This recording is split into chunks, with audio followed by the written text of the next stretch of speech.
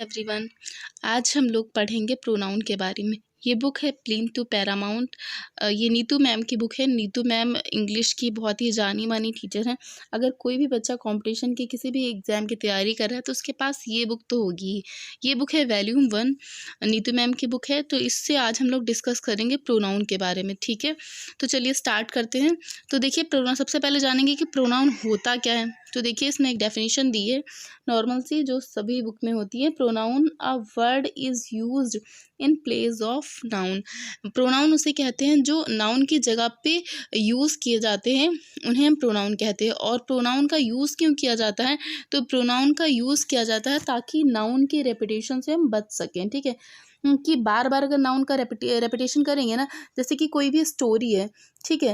एक स्टोरी है, उसमें एक राजा होता है विक्रमादित्य। तो जहाँ पे भी राजा आएगा, बार बार हम नाम लेंगे ना कि विक्रमादित्य एक अच्छा राजा था, विक्रमादित्य के राज में सभी लोग खुश रहते थे, विक्रमादित्य की एक रानी थी। तो ऐसे बार बार जब हम विक्रमादित्य विक्रमादित्य करेंगे ना, तो स्टोरी अच्छी नहीं लगेगी, मतलब उसकी सुंदरता खत्म हो जाएगी। इसीलिए हम लोग प्रोनाउन का यूज़ करते हैं, ओके। तो जानते हैं कि प्रोनाउन जो है कैसे बना हुआ है। तो देखिए प्रोनाउन दो वर्ड से मिलकर के बना है, एक है प्रो, दूसरा है नाउन। तो प्रो का मतलब होता है के वास्ते, मतलब के सिवा। नाउन की जगह पे, नाउन के सिवा हम प्रोनाउन का यूज़ कर सकते हैं, ठीक है। तो यहाँ पे इसका ये अर्थ हो जाएगा। आगे देखते हैं, यहाँ पे एक एग्जाम्पल भी दिया है। देखिए Mr Shukla being a good teacher, ठीक है, sorry Mrs Shukla being a good teacher, she is liked by all the student. तो यहाँ पे सी जो है हटा दें, नाउन के स्थान पर प्रोनाउन का प्रयोग होता है, ना कि नाउन का। देखिए यहाँ पे क्या है, यहाँ पे टीचर दिया है, ठीक है, उसके बाद शी दिया है। तो यहाँ पे है कि नाउन के साथ प्रोनाउन का प्रयोग नहीं किया जाता है, ठीक है, इसलिए यहाँ पे सी नहीं लगेगा। यहाँ पे हो जाएगा Mrs Shukla being a good teacher is liked by all student, ठीक है, क्योंकि नाउन और प्रोनाउन का दोनों का यूज़ हम एक साथ नहीं कर सकते हैं, ठीक है। और नाउन और प्रोनाउन दो ही होते हैं जो आपके सब्जेक्ट के रूप में वर्क करते हैं, ओके। अब हम लोग जानते हैं कि प्रोनाउन के कौन कौन से पार्ट्स होते हैं। तो प्रोनाउन के 10 टाइप होते हैं, ठीक है। तो सबसे पहले हम लोग जानेंगे पर्सनल प्रोनाउन को। पर्सनल प्रोनाउन, इसको हम लोग जानते हैं पुरुषवाचक सर्वनाम के रूप में। तो इसमें कौन कौन से आते हैं? तो देखिए यहाँ पे आई हो गया, मी हो गया, we, us, you, he, him, she, her और इट, दे, देम, ये सारे आते हैं। उसके बाद हो गया पॉसेसिव प्रोनाउन। तो इसमें ये अधिकार वाचक सर्वनाम होता है। अधिकार मतलब जैसे कि हमने बोला ना, दिस इज़ माइन, ठीक है, यह मेरी बुक है, या फिर जो भी है। तो जहाँ पे भी अपना अधिकार दर्शाना होता है, वहाँ पे हम पॉसेसिव प्रोनाउन का यूज़ करते हैं। जैसे कि इसके कौन कौन से एग्जाम्पल्स होते हैं, जैसे इसका माइन हो गया, अवर्स हो गया, योर्स हो गया, हिज हो गया और हर्स हो गया, देयर हो गया। ये सब पॉसेसिव प्रोनाउन के जो है टाइप है, ठीक है। उसके बाद है डेमोन्स्ट्रेटिव प्रोनाउन। इसका मतलब होता है संकेतवाचक सर्वनाम। जहाँ भी हमें किसी चीज़ के लिए संकेत करना होता है ना, दिस इज़ माई बुक, तो वहाँ पे हम इस डेमोन्स्ट्रेटिव का प्रयोग करते हैं। जैसे कि दिस हो गया, दैट हो गया, दीज हो गया, दोज हो गया, ठीक है। और दिस और दीज ये पास की वस्तु के लिए करते हैं, इनका प्रयोग हम पास की वस्तु के लिए करते हैं। और लेकिन दिस एक चीज़ के लिए और दीज बहुत सारी चीज़ों के लिए, ठीक है। ये पास के लिए दूर यूज़ होता है। और दैट और दोज, ठीक है, दैट और दोज ये दूर के लिए यूज़ करते हैं, ठीक है, कि जो भी चीज़ें दूर होती हैं, ये सिंगुलर के लिए होता है। ये एक शब्द एक चीज़ के लिए होता है, जैसे कि एक बुक है, एक बैग है, कुछ भी। और जो दोज होता है वो एक से ज़्यादा चीज़ों के लिए होता है, ठीक है। उसके बाद देखते हैं अगला, यह है डिस्ट्रीब्यूटिव प्रोनाउन। इसका मतलब होता है व्यष्टिवाचक सर्वनाम। जैसे इसमें होता है ईच, ईदर, नीदर और एवरी, नन, इट्स, ठीक है। और ये ईदर नीदर को आइदर नाइदर भी पढ़ा जाता है। उसके बाद हो गया रेसिप्रोकल प्रोनाउन। तो इसमें देखते हैं, इसमें है पारस्परिक संबंधवाचक सर्वनाम, ठीक है। जैसे कि इसमें हो गया ईच अदर हो गया एंड वन अनदर हो गया, ठीक है। उसके बाद हो गया रिफ्लेक्सिव प्रोनाउन। तो इसमें है निजवाचक सर्वनाम जो अपने लिए यूज़ करे जाते हैं। इसमें देखिए कौन कौन से आते हैं, माई सेल्फ हो गया, ओवर सेल्फ हो गया, योर सेल्फ हो गया, योर सेल्फ हो गया और हिम सेल्फ हो गया, हर सेल्फ हो गया, इट सेल्फ हो गया, देम सेल्फ हो गया एंड वन सेल्फ हो गया, ठीक है। जो सिंगुलर है उसके साथ में सेल्फ का यूज़ करते हैं, जो प्लूरल है जैसे कि आवर हो गया, तो इसके साथ में क्या करते हैं हम लोग, सेल्फ का यूज़ करते हैं, ठीक है। उसके बाद हो गया एम्फैटिक प्रोनाउन, तो इसमें है दबाव सूचक सर्वनाम, जैसे कि इसमें भी माई सेल्फ और our self, your self, your self, himself, her self, it self, them self, one self, इन सब का प्रयोग करते हैं। ऊपर वाले में भी करते हैं। अब इन दोनों के बीच में क्या डिफरेंस है ये हम लोग जानेंगे आगे आगे चैप्टर में, ठीक है। का प्रयोग जब सब्जेक्ट कर्ता के ऊपर दबाव डालने के लिए किया जाता है। इन सब का प्रयोग तब करते हैं जब कर्ता के ऊपर कुछ प्रेशर पड़ रहा हो, ठीक है। जैसे कि यहाँ पे ही हर्ट हिमसेल्फ, उसने अपने आप को क्या किया, हर्ट कर लिया, ठीक है, इस टाइप से। आगे है 8, प्रोनाउन नंबर 8। तो 8 में है इंडिफिनिट प्रोनाउन, इसमें है अनिश्चयवाचक सर्वनाम, जहाँ पे कुछ भी निश्चित नहीं होता है वहाँ पे इसका प्रयोग करते हैं, जैसे कि everybody, somebody, nobody, anybody, everybody, someone, no one, anyone, everything, something, nothing, और anything, all, some, any, both, another, और मच, फ्यू एंड लिटिल, ठीक है। उसके बाद है रिलेटिव प्रोनाउन। तो रिलेटिव का प्रयोग कहाँ पे करते हैं, किसी चीज़ को, दो सेंटेंस को आपस में जोड़ने के लिए करते हैं, ठीक है। इस किसका किसका प्रयोग करते हैं, हूँ का, हुम का, और हुस का, और विच का, एंड दैट का भी प्रयोग किया जाता है दो वर्ड्स को आपस में जोड़ने के लिए। इंटरोगेटिव प्रोनाउन, तो इसमें होता है प्रश्नवाचक सर्वनाम, इसमें भी हु, हुम, हुज, विच, इन सब का प्रयोग करते हैं। WS टाइप जो वर्ड्स होते हैं उन सब का प्रयोग करते हैं, ठीक है। इन दोनों में एक ही जैसे होते हैं। अब इसमें क्या डिफरेंस होता है ये भी हम आगे क्लास में समझेंगे, ओके। चलते हैं आगे। अब देखिए यहाँ पे हमारा एक चार्ट दिया गया है, इसके माध्यम से हम लोग समझते हैं। देखिए यहाँ पे कि a case of personal pronoun, ठीक है। पर्सनल प्रोनाउन कौन कौन से होते हैं, फिर सब्जेक्ट कौन होता है, ऑब्जेक्ट कौन होता है, पॉजिटिव एडजेक्टिव क्या होता है, एंड पॉजिटिव प्रोनाउन में डिफरेंस क्या होता है, ठीक है। तो देखिए जो पर्सनल प्रोनाउन होता है वो 3 टाइप्स के होते हैं, ठीक है। ये दिया गया, इसका फर्स्ट पर्सन है, सेकेंड पर्सन है, एंड थर्ड पर्सन है। तो जो फर्स्ट पर्सन में है उसमें सिंगुलर में आई आता है, ठीक है। आपने कहीं कहीं पढ़ा होगा आई जो है प्लूरल होता है, लेकिन आई हमेशा सिंगुलर में होता है, ठीक है। याद रखिएगा आई सिंगुलर है, इसमें आई आता है सिंगुलर में, एंड प्लूरल में आता है वी आता है, ठीक है। और इसका जो ऑब्जेक्टिव केस होता है ये ज़रूर से ज़रूर याद रखिएगा, क्योंकि जो भी आगे इरर आते हैं ना, जो भी प्रोनाउन के इरर आएंगे उसमें यही आएगा। सब्जेक्टिव ऑब्जेक्टिव केस में बहुत ज़्यादा आते हैं क्वेश्चन। अगर आपको यही नहीं याद होगा सब्जेक्टिव केस कौन सा है, ऑब्जेक्टिव केस कौन सा है, तो जो है आप इरर नहीं कर पाएंगे, सॉल्व नहीं कर पाएंगे, ठीक है। और ये हर जो है एग्जाम के लिए बहुत ही इंपॉर्टेंट है, चाहे आपका SSC का एग्जाम हो, CGL का एग्जाम हो, जो भी कंपटीशन का एग्जाम है, बैंक का है, रेलवे का है, या फिर TGT PGT का, या फिर कोई भी टीचिंग का एग्जाम है, सब में जो आपका पार्ट्स ऑफ स्पीच होते हैं, नाउन, प्रोनाउन, एडजेक्टिव, एडवर्ब, इन सबसे क्वेश्चन तो आते ही आते हैं। इसलिए प्लीज़ पूरा देखिए, वीडियो को स्किप मत करिए। अगर कोई भी प्रॉब्लम हो तो आप कमेंट बॉक्स में पूछ सकते हैं। वीडियो को ज़्यादा से ज़्यादा शेयर करिए, सपोर्ट करिए, ओके। तो देखिए हाँ, उसके बाद हम लोग बात कर रहे थे कि सब्जेक्टिव और ऑब्जेक्टिव की केस के बारे में, ठीक है। तो सब्जेक्टिव केस का हो जाएगा फर्स्ट पर्सन प्रोनाउन का सिंगुलर का जो है सब्जेक्टिव केस हो जाएगा आई, एंड प्लूरल हो जाएगा वी, ठीक है। इसका ऑब्जेक्टिव केस हो जाएगा, आई का ऑब्जेक्टिव केस हो जाएगा मी, एंड वी का ऑब्जेक्टिव केस हो जाएगा अस, ठीक है। और उसके बाद देखते हैं कि इसका जो आई और ये इसका जो सिंगुलर हो जाएगा, इसका जो पॉजिटिव एडजेक्टिव हो जाएगा वो हो जाएगा माई, ठीक है। और इसका वी का हो जाएगा पॉजिटिव एडजेक्टिव, ये हो जाएगा अवर। और इसका पॉजिटिव प्रोनाउन जो हो जाएगा वो हो जाएगा माइन, एंड इसका हो जाएगा ओवर, ठीक है। अब देखते हैं हम लोग, अच्छा इसमें डिफरेंस क्या होता है। तो देखिए माइन का मतलब होता है कि माइन का यूज़ हम जहाँ पे भी करेंगे तो यहाँ इसका मतलब क्या होता है, इसका मतलब होता है माई, एंड इसके साथ में क्या लगा हुआ, कोई नाउन दिया है, ठीक है। मतलब इसका मतलब यही होता है माइन और नाउन इसके साथ में ऐड है, तो दोनों को मिला के बन गया माइन, ठीक है। अब माइन के साथ में हमें कोई भी इसके साथ हम नाउन नहीं जोड़ सकते।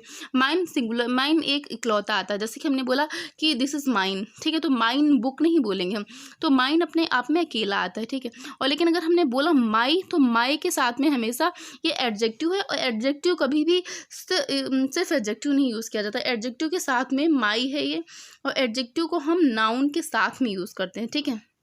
इसको हम नाउन के साथ में यूज़ करते हैं, इसको हम अकेले यूज़ नहीं कर सकते। जैसे कि हमने बोला माई, तो माई के साथ में हम कुछ, इसके साथ में हम कुछ में ऐड करेंगे, माई बुक हो गया, माई बैग हो गया, माई शर्ट हो गया, कुछ भी इसके साथ में हम ऐड करेंगे। लेकिन जो माइन है इसके साथ में हम कुछ भी ऐड नहीं करेंगे, ये सिर्फ माइन ही है, दिस इज़ माइन, ठीक है। और ये इसका मतलब कुछ भी हो सकता है कि मेरी बुक है, ये मेरी शर्ट है, ये मेरा पेन है, ये मेरी पेंसिल है, एंड कुछ भी हो सकता है एटसेट्रा। तो आगे देखते हैं, इसके बारे में आगे डिटेल में बात करेंगे। तो आगे देखते हैं सेकंड पर्सन जो है, सेकंड पर्सन में होता है कि एक जो है यू आता है, और यू सिंगुलर एंड प्लूरल दोनों के रूप में वर्क करता है, ये भी हम लोग आगे जानेंगे, ठीक है। और इसका जो ऑब्जेक्टिव केस होता है वो भी यू होता है, एंड सब्जेक्टिव केस होता है वो भी यू होता है। इसका जो पॉजिटिव ऑब्जेक्टिव होता है ये योर होता है, एंड जो पॉजिटिव प्रोनाउन होता है ये योर्स होता है, ओके।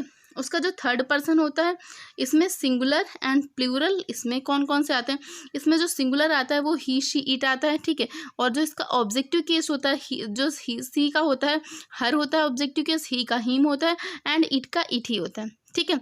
और जो इसका पॉजिटिव ऑब्जेक्टिव होता है ये हर हिज इट्स होता है, ठीक है। इसका जो ऑब्जेक्ट होता है ना, जो इसका पॉजिटिव ऑब्जेक्टिव होता है ना, ये हिम का क्या हो जाएगा, हिज हो जाएगा, ठीक है। और इट का इट्स हो जाएगा, ठीक है। और उसके साथ में जो इसका पॉजिटिव प्रोनाउन होता है वो हर का हर्स हो जाएगा, हिज का हिज ही रहेगा, और इट का कभी भी पॉजिटिव प्रोनाउन नहीं होता है, ये आपको याद रखना है, ओके। चलिए आगे देखते हैं कि जो इसका थर्ड पर्सन का प्लूरल होता है इसमें दे होता है इसका सब्जेक्टिव केस, ठीक है। और इसका जो देम होता है ऑब्जेक्टिव केस, ठीक है। और इसका जो वो पॉजिटिव एडजेक्टिव होता है वो देयर होता है, एंड जो पॉजिटिव प्रोनाउन होता है वो देयर्स होता है, ओके। अब देखिए यहाँ पे बहुत सारे रूल्स दिए हैं, अब हम लोग बारी बारी करके एक एक रूल पढ़ेंगे। देखिए आप सभी प्रकार के प्रोनाउन को विस्तार से देखेंगे। यूज़ ऑफ पर्सनल प्रोनाउन, सबसे पहले हम पर्सनल प्रोनाउन के बारे में पढ़ेंगे। तो वे प्रोनाउन जो तीनों प्रोनाउन जैसे first person, second person and third person में प्रयुक्त होते हैं उन्हें हम पर्सनल प्रोनाउन कहते हैं, ठीक है। आप देखते हैं आगे इसके बारे में थोड़ा सा कि देखिए होता क्या है, जो नॉमिनेटिव केस होता है एक नॉमिनेटिव केस होता है, एक ऑब्जेक्टिव केस होता है। तो नॉमिनेटिव केस में कौन कौन से आते हैं, ऑब्जेक्टिव केस में कौन कौन से आते हैं। नॉमिनेटिव केस में आता है आई, शी हो गया, दे हो गया, वी हो गया, ही हो गया, इट हो गया, यू हो गया। अब इसी के ऑब्जेक्टिव केस कौन कौन से होते हैं ये देखते हैं हम लोग कि आई का ऑब्जेक्टिव केस हो गया माई, शी का ऑब्जेक्टिव केस हो गया हर, और दे का ऑब्जेक्टिव केस हो गया देम, वी का ऑब्जेक्टिव केस हो गया वी, एंड ही का ऑब्जेक्टिव केस हिम हो गया, और जो है इट का ऑब्जेक्टिव केस इट हो जाएगा, यू का ऑब्जेक्टिव केस यू ही रहेगा, ठीक है। अब चलिए देखते हैं रूल नंबर 1 के बारे में बात करते हैं। तो रूल नंबर 1 हमारा कह रहा है, ध्यान से रूल को समझिएगा क्योंकि जितने भी एरर होते हैं सब यहीं से आते हैं, और आते सब यहीं से, बस क्या होता है हम लोग थोड़ा सा कुछ मिस्टेक कर देते हैं, बस गलती हो जाती है फटाक से। तो आपको आराम से देखना है, अगर कुछ भी नहीं समझ में आता तो वीडियो को फिर से देख सकते हैं, एंड कमेंट बॉक्स में प्लीज़ पूछिएगा। अगर मुझसे कोई गलती हो जाए तो उसके लिए सॉरी, एंड अगर गलती होती है ना तो प्लीज़ बता दीजिएगा ताकि मैं आगे सुधार कर पाऊँ, ठीक है। और आपको नेक्स्ट वीडियो कौन सी चाहिए ये भी बताइएगा, प्लीज़ से ज़्यादा सपोर्ट करिएगा। तो देखते हैं रूल नंबर 1, इसमें कह रहा है किसी सेंटेंस में, ठीक है, वर्ब से पहले अगर प्रोनाउन का प्रयोग होता है तो प्रोनाउन हमेशा नॉमिनेटिव केस में होता है। समझ रहे हैं ना कि अगर किसी सब्जेक्ट में वर्ब है और वर्ब के पहले अगर कोई भी जो है प्रोनाउन का यूज़ होगा तो इसका ये नॉमिनेटिव केस में होगा। नॉमिनेटिव केस अभी हम पढ़ के आए हैं ना, आई, वी, यू, दे, ये सारे नॉमिनेटिव केस होते हैं ना। तो वर्ब के पहले अगर कहीं प्रोनाउन का यूज़ होगा तो नॉमिनेटिव केस में होगा, वर्ब के बाद अगर कहीं भी प्रोनाउन का यूज़ होगा तो ऑब्जेक्टिव केस में होगा, ओके। तो देखिए इसमें क्या है, इसमें ये वर्ब है हमारा, वर्ब के पहले नाउन का प्रयोग हुआ तो आई का प्रयोग हुआ, आई क्या है और हमारा सब्जेक्टिव केस है, और वर्ब के बाद जो है हिम का प्रयोग हुआ, और हिम क्या है हमारा ऑब्जेक्टिव केस है, ठीक है। तो यहाँ पे ये क्या हो गया, आई टीच हिम, ठीक है। उसके बाद हो गया ही इज टॉट बाय मी, ठीक। तो यहाँ पे क्या हो गया, यहाँ पे सब्जेक्टिव केस, यहाँ पे वर्ब के पहले सब्जेक्टिव केस का प्रयोग यूज़ करेंगे और वर्ब के बाद हम लोग ऑब्जेक्टिव केस का प्रयोग करेंगे, ओके। चलिए देखते हैं अभी इसके क्वेश्चन भी हम जब हम लोग क्वेश्चन इसके करेंगे ना तो आपकी जितने भी प्रॉब्लम्स है सारे क्लियर हो जाएंगे, सारे आपके डाउट क्लियर हो जाएंगे। तो उसको देखते रहिए। सेकंड कह रहा है, रूल नंबर 2 कह रहा है कि जब विभिन्न प्रोनाउन एक ही सेंटेंस में प्रयुक्त होते हैं और उसमें कोई बुरी बात ना बोली जाए, मतलब कोई बुरी बात ना बोली जाए, कोई किसी को दोष ना दिया जाए, ठीक है, तो क्या होता है, तो उसका रूल होता है कि उन्हें हम 2, 3, 1 के क्रम में लगाते हैं, ठीक है। 2, 3, 1 का मतलब होता है कि सेकंड पर्सन, फर्स्ट नंबर पे हम सेकंड पर्सन को लगाते हैं, सेकंड नंबर पे हम लोग किसको, थर्ड पर्सन पे, और थर्ड नंबर पे हम लोग किसको लगाते हैं, फर्स्ट पर्सन को, ठीक है। मतलब फर्स्ट नंबर पे हम लोग किसको लगाएंगे, सेकंड पर्सन को, और फिर सेकंड नंबर पे हम लोग थर्ड पर्सन को लगाएंगे, और थर्ड नंबर पे हम लोग फर्स्ट पर्सन को लगाएंगे, ठीक है। 231 आपको याद रखना है कि 231 के रूप में हम लोग लगाएंगे, ठीक है, क्योंकि अभी और भी रूल है ना, इसलिए 231 याद रखेंगे तो आपको याद रहेगा। पहले देखिए इसमें क्या होता है, इसमें हमने भी पढ़ा था ना कि कहाँ कहाँ पे आते हैं, तो you he and I shall study for the exam, ठीक है। तो इसमें क्या हो गया, यू क्या है हमारा, कौन सा पर्सन है, यू हमारा सेकंड पर्सन है। सबसे पहले क्या आता है, आई वी फर्स्ट पर्सन में ना, सेकंड पर्सन में क्या आता है, यू आता है, और थर्ड पर्सन में क्या आता है, he she and it, he she it they जो भी होते हैं, ठीक है, सारे इसमें आते हैं। तो क्या हो गया, सबसे पहले यू क्या है, हमने क्या कहा था 231 ना, हम लोग ऐसे लगाएंगे, सबसे पहले सेकंड पर्सन को लगाएंगे, तो सेकंड पर्सन यू, तो यहाँ पे सेकंड पर्सन पहले दिया, ठीक है, ये सही है। उसके बाद हमने क्या बोला, थर्ड पर्सन को, उसके बाद हम थर्ड पर्सन को लगाएंगे, वो उसको लगाएंगे जो थर्ड पर्सन हमारा क्या है, ही है, ये भी एकदम सही हो गया, ठीक है। उसके बाद उसके बाद क्या करेंगे, फर्स्ट पर्सन को लगाएं, तो फर्स्ट पर्सन क्या है, आई है, तो ये क्या हो गया, ये एकदम सही हमारा लिखा हुआ है कि you he and I study for the exam, ठीक है, एकदम करेक्ट हो गया। और अगर ये नहीं है, ठीक है, अगर जैसे कि इसमें से एक भी पर्सन गायब है तो क्या करेंगे, तभी हम लोग लगाएंगे वैसे, जैसे कि ये देखिए नेक्स्ट एग्जाम क्या है, ही एंड आई, इसमें यू नहीं दिया है, तो यू नहीं दिया तो यू को हम साइड में कर देंगे, 231 था तो क्या हो जाएगा, अभी 31 बन जाएगा ना, तो he and I have finished our work, ठीक है, तो ऐसे करके हो जाएगा। और अगर बीच का गायब है, जैसे कि यहाँ पे क्या 3 नहीं है, ठीक है, 3 वाला जो इसका थर्ड पर्सन है वो नहीं दिया हुआ है, ठीक है, तो हम लोग क्या करेंगे, तो हम लोग ऐसे 21 को लिख देंगे ना, पहले सेकंड पर्सन फिर फर्स्ट पर्सन लगा देंगे। और अगर जो है क्या है कि ये लास्ट वाला नहीं दिया, फर्स्ट पर्सन नहीं दिया गया, तो हम लोग 23 को लिख देंगे ना, तो पहले जो हो जाएगा सेकंड पर्सन हो जाएगा, उसके बाद थर्ड पर्सन हो जाएगा, जैसे कि you he have done a great job. Okay, समझ में आ गया सभी को। ये देखिए आगे एक और रूल कह रहा है, रूल नंबर 3 कह रहा है कि एक ही वाक्य में विभिन्न प्रोनाउन का प्रयोग करते समय यदि उसमें दोष स्वीकार किया गया हो, कोई उसमें दोष हो, ठीक है, तो क्या होगा, कोई बुरी बात कही गई हो तो प्रोनाउन का क्रम हम चेंज कर देते हैं, तो 231 नहीं 123 लगेगा, ठीक है। ये तो याद ही नहीं करना क्योंकि 1 2 3 है, तो इसमें कौन सा रूल लगेगा, 123 लगेगा। 123 का मतलब है कि पहले फर्स्ट पर्सन फिर second person then third person, ठीक है। यहाँ पे एग्जाम्पल दिया गया, देखिए साहब यहाँ पे ब्लंडर का मतलब होता है कि बहुत बड़ी गलती, ठीक है, तो क्या हो जाएगा, तो इसमें कैसे लगेगा, आई, ये कौन सा पर्सन, आई सेकंड पर्सन, ये आई जो है फर्स्ट पर्सन है, फर्स्ट पर्सन पहले लग गया, फिर यू सेकंड पर्सन है, ही थर्ड पर्सन है, तो ऐसे ही लग जाएगा, आई यू एंड जो he have made a blunder, ठीक है, तो ये ऐसे करके लग जाएगा हमारा सीक्वेंस। उसके बाद सेकंड कह रहा है you and he have done this mischief, ठीक है, ये इसमें हो जाएगा जो है आपने ये गलती करी तो इस टाइप से हो जाएगा कि आपने और उसने, ठीक है, तो यहाँ पे क्या हो जाएगा, ये यू एंड ही, तो ये कौन से क्रम में लग जाएगा, तो फर्स्ट दिया नहीं, आई दिया नहीं फर्स्ट पर्सन, तो ये क्या हो जाएगा, आई को हटा देंगे फिर 2 और 3 के क्रम में लगा देंगे, ठीक है। और यहाँ पे इन सबको तोड़ रहा है कौन सा, एक और रूल है, ये देख लीजिए। यहाँ रूल नंबर 4 कह रहा है कि जब प्रोनाउन बहुवचन में होगा, अगर प्रोनाउन बहुवचन में है तो हम 123 का ही क्रम लगाएंगे, ठीक है, चाहे कोई गलती हो या ना हो, कोई ब्लंडर हो ना हो, कोई दोष, कोई बुरी बात, कुछ भी हो, अगर प्रोनाउन बहुवचन में है तो हम यही लगाएंगे, 123 का ही जो है सीक्वेंस लगाएंगे, ठीक है। जैसे कि we you and they should not get down to work, ठीक है, तो इसी क्रम में हम लगाएंगे, 123 के क्रम में लगाएंगे, ठीक है। तो आप 1 से 2 बार रिवाइज करेंगे ना तो पक्का आपको याद हो जाएगा, ठीक है। पहला क्या कह रहा था, पहला कह रहा था कि हम लोग कैसे लगाएंगे, 231 के क्रम में लगाएंगे। सेकंड कह रहा था कि अगर कोई प्रॉब्लम होगा, कोई दोष होगा, कोई बुरी बात कही जा रही हो तो हम 123 के क्रम में लगाएंगे। और थर्ड रूल हमारा कह रहा था कि अगर प्रोनाउन किस में है, प्लूरल है, ठीक है, प्रोनाउन अगर प्लूरल है, ये देखिए प्रोनाउन क्या है, प्लूरल है ना, ये वी प्लूरल है ना, तो क्या हो जाएगा, वी यू एंड दे, ये तीनों ही प्लूरल हैं क्योंकि यू का तो सिंगुलर भी यू होता है, प्लूरल भी यू होता है, ठीक है। तो क्या हो जाएगा, तो हम लोग 123 का ही क्रम फॉलो करेंगे। ओके, तो आगे देखते हैं रूल नंबर 5 क्या कह रहा है। रूल नंबर 5 कह रहा है, ध्यान से सुनिएगा, कि अगर कहीं भी आपका जो सेंटेंस है उसमें कहीं भी लेट है, लाइक है, वेटिवन है, बट है, एक्सेप्ट है या फिर कोई भी प्रीपोजिशन है तो उसके बाद हमेशा ऑब्जेक्टिव केस का ही यूज़ होगा, ठीक है। उसके बाद हमेशा किसका यूज़ होगा, ऑब्जेक्टिव केस का ही यूज़ होगा, दैट फाइनल। ठीक है, देखते हैं पहला इसमें हमारा जो एग्जाम्पल दिए हैं वो देखिए। लेट के बाद अब इसमें आ सकता है ना, इस टाइप से आ सकता है कि आई का यूज़ होगा कि या फिर मी का यूज़ होगा, आपको बताना है कि कौन सा सही होगा। तो हम क्या लगाएंगे, लेट, यहाँ पे आया ना लेट, तो लेट के बाद हमेशा ऑब्जेक्टिव केस का ही प्रयोग होगा। तो let me do this work, ये जब क्वेश्चन करेंगे तो और ज़्यादा अच्छे समझ में आएगा। उसके बाद सेकेंड कह रहा है कि there is no problem between she and I. तो यहाँ पे क्या कह रहा है, बिटवीन, यहाँ पे जो है, यहाँ पे देखिए विटामिन दिया है। अब विटामिन क्या है, यहाँ पे विटामिन क्या होता है, विटामिन, ये देखो यहाँ पे विटामिन दिया हुआ है। ठीक है, अब ये कह रहा है इसके बाद हमेशा हम ऑब्जेक्टिव केस का प्रयोग करेंगे ना, ये सारा डिलीट करती वरना समझ नहीं आएगा।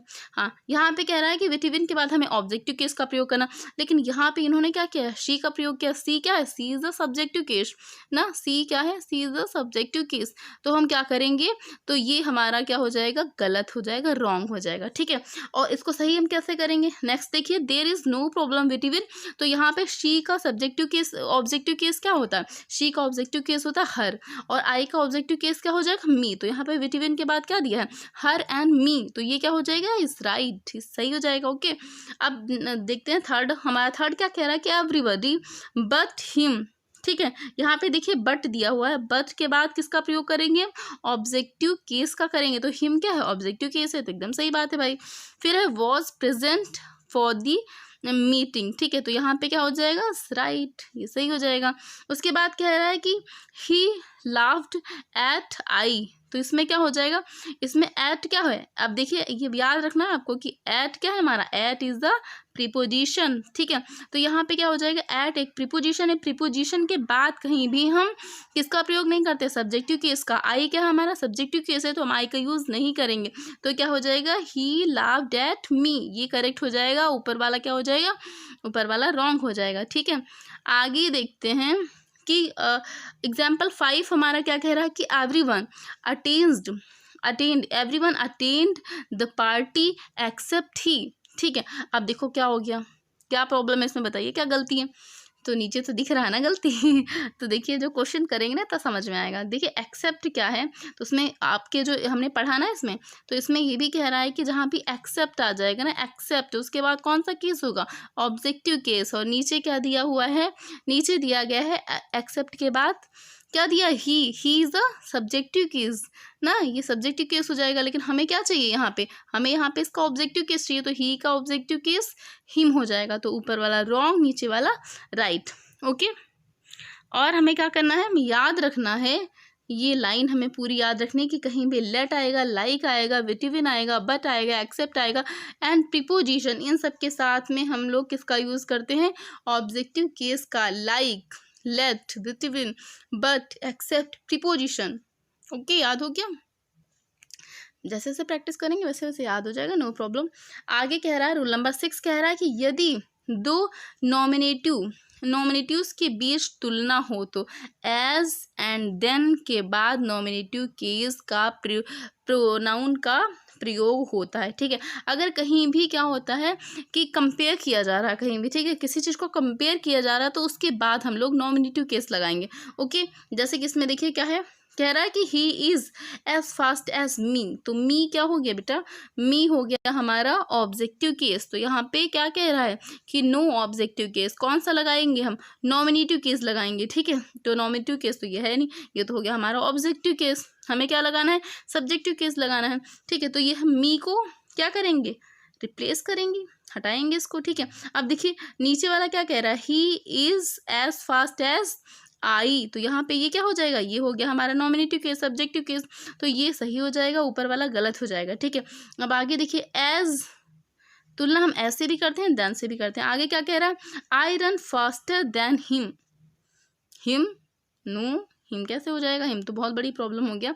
तो यहाँ पे क्या होगा, यहाँ पे होगा ही, क्योंकि यहाँ पे हमें क्या चाहिए, यहाँ पे हमें चाहिए, यहाँ पे एक तुलना हो रही ना, कंपेयर हो रही ना, I run faster than he, मैं उससे बहुत तेज़ दौड़ता हूँ। ठीक है, तो यहाँ पे क्या हो जाएगा, फास्टर हो जाएगा, फास्टर देन, तो यहाँ पे क्या हो जाएगा, यहाँ पे हो जाएगा हमारा ही। ठीक है, ये हो जाएगा राइट।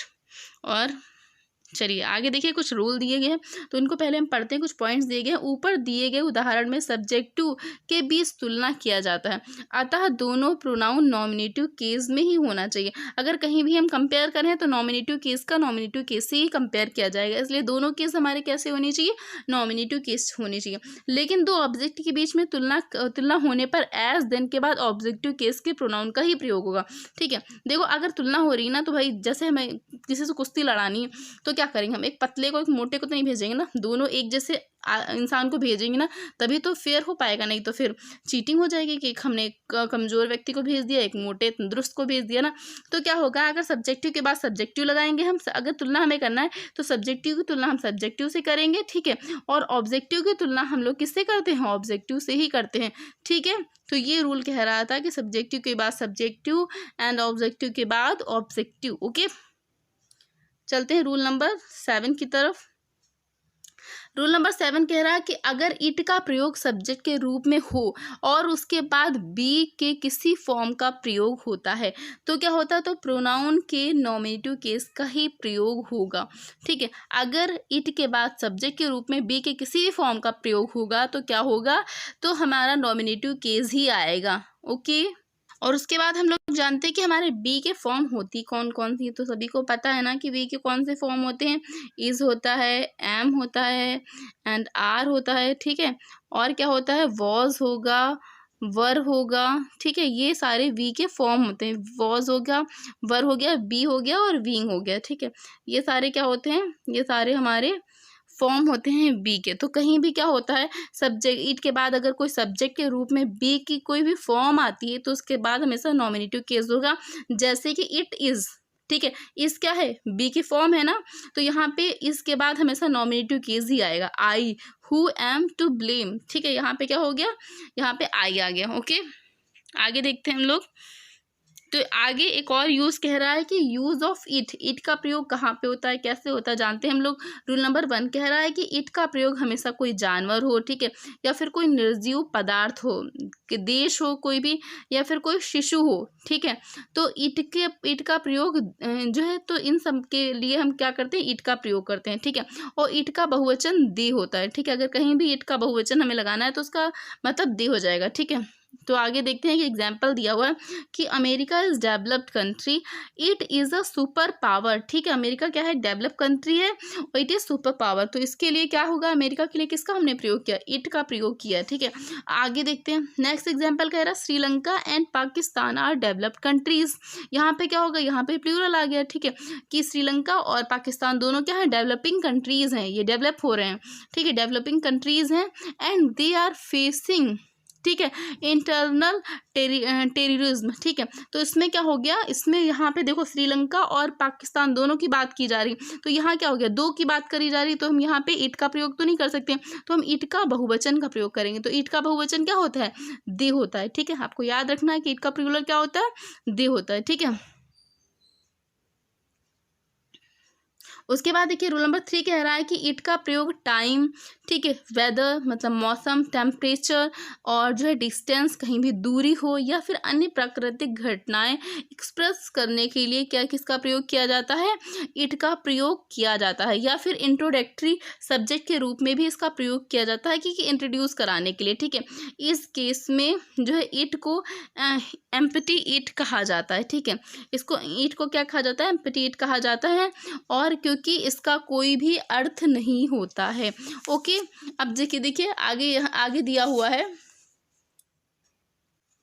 आगे इसके एग्जाम्पल दिए गए, it is raining, it is winter, it is March, it is morning, it is 6 o'clock, it is Monday. ठीक है, और अच्छा ये जो एम्पटी इट होता है इसे हम डैमिट भी बोलते हैं। ठीक है, इसे हम लोग क्या बोलते हैं, डैमिट भी बोलते हैं, DUMMY, डैमी इट। ओके,